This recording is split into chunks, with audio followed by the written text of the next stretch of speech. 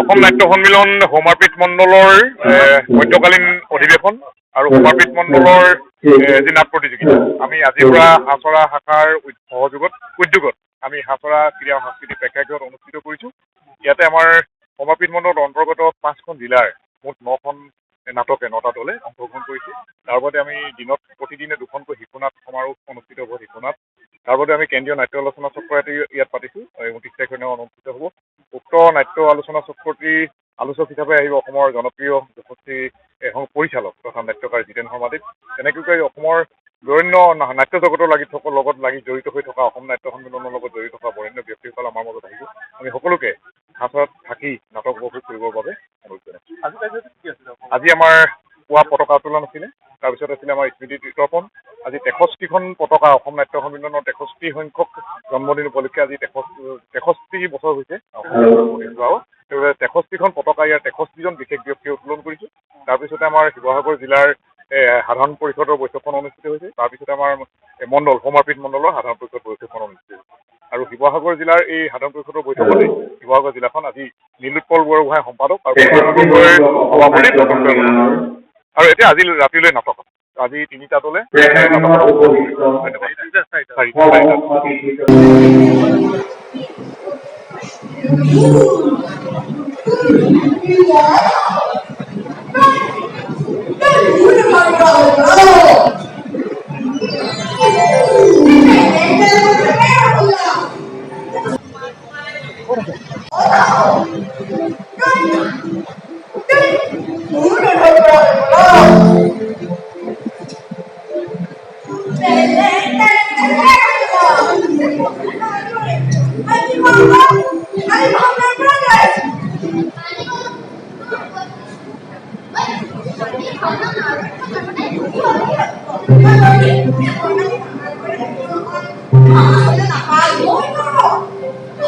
অসম নাট্য সন্মিলন সৌমাৰপীঠ মণ্ডলৰ মধ্যকালীন অধিৱেশন আৰু সৌমাৰপীঠ মণ্ডলৰ যি নাট প্ৰতিযোগিতা আমি আজিৰ পৰা হাছৰা শাখাৰ উদ্যোগত আমি হাছৰা ক্ৰীড়া আৰু সাংস্কৃতিক প্ৰেক্ষাগৃহত অনুষ্ঠিত কৰিছোঁ।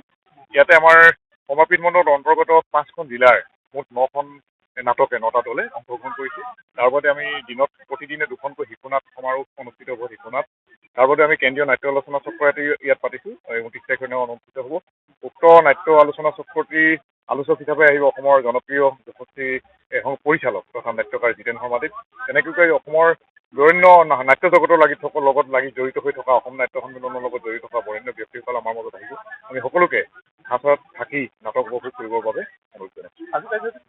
আজি আমাৰ পুৱা পতাকা উত্তোলন আছিলে। তাৰপিছত আছিলে আমাৰ স্মৃতি তৰ্পণ। আজি 63খন পতাকা অসম নাট্য সন্মিলনৰ 63 সংখ্যক জন্মদিন উপলক্ষে আজি 63 বছৰ হৈছে হোৱাও। 63খন পতাকা ইয়াৰ 63জন বিশেষ ব্যক্তিয়ে উত্তোলন কৰিছোঁ। তাৰপিছতে আমাৰ শিৱসাগৰ জিলাৰ সাধাৰণ পৰিষদৰ বৈঠকখন অনুষ্ঠিত হৈছে। তাৰপিছতে আমাৰ সৌমাৰপীঠ মণ্ডলৰ সাধাৰণ পৰিষদ বৈঠকখন অনুষ্ঠিত হৈছে। আৰু শিৱসাগৰ জিলাৰ এই সাধাৰণ পৰিষদৰ বৈঠকতে শিৱসাগৰ জিলাখন আজি নীলোৎপল বৰগোহাঁই সম্পাদক আৰু সভাপতি আৰু এতিয়া আজি ৰাতিলৈ নাটক আজি 3টা দলে যিকোনো খবৰৰ বাবে যোগাযোগ কৰক 7099017330 লগতে 7099017110 নম্বৰত।